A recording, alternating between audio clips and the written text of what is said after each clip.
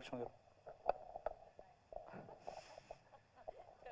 మీరు మొన్నటి వరకు లేడీ విలన్గా చేశారు, క్యారెక్టర్ ఆర్టిస్ట్ చేశారు, కానీ ఈ సినిమాలో లీడ్ రోల్లో చేస్తున్నారు. ఇది హీరోయిన్గా మీ రీఎంట్రీ అనుకోవచ్చా, లేక లీడ్ క్యారెక్టర్ మాత్రమే అనుకుంటున్నారు?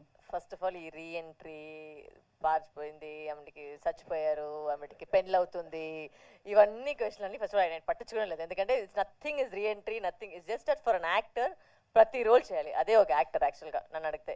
అది హీరోయిన్గా చేయాలి, లీడ్గా చేయాలి, క్యారెక్టర్గా చేయాలి, విల్లీగా చేయాలి, ఇవన్నీ స్లాట్స్ అన్ని నాకు అసలు నేను ఆ స్లాట్స్లో పోయలేదు, నేను చూసుకోలేదు.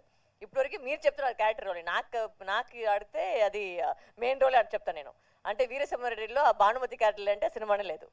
So that is for me lead only. I don't see the point of character ఇది. నా వైపు చూస్తే అన్ని రోల్ చేయాలి అంతే. ఒక యాక్టర్గా వచ్చి ఒక సాటిస్ఫైడ్ ఫీలింగ్ రావాలంటే అన్ని క్యారెక్టర్ చేయాలి. సో ఆ విధంలో నా జర్నీలో ఇది ఒక క్యారెక్టర్ అంతే. నాకు ఇది కూడా క్యారెక్టరే. శబరిలో వచ్చి ఒక క్యారెక్టర్ నేను చేస్తున్నాను.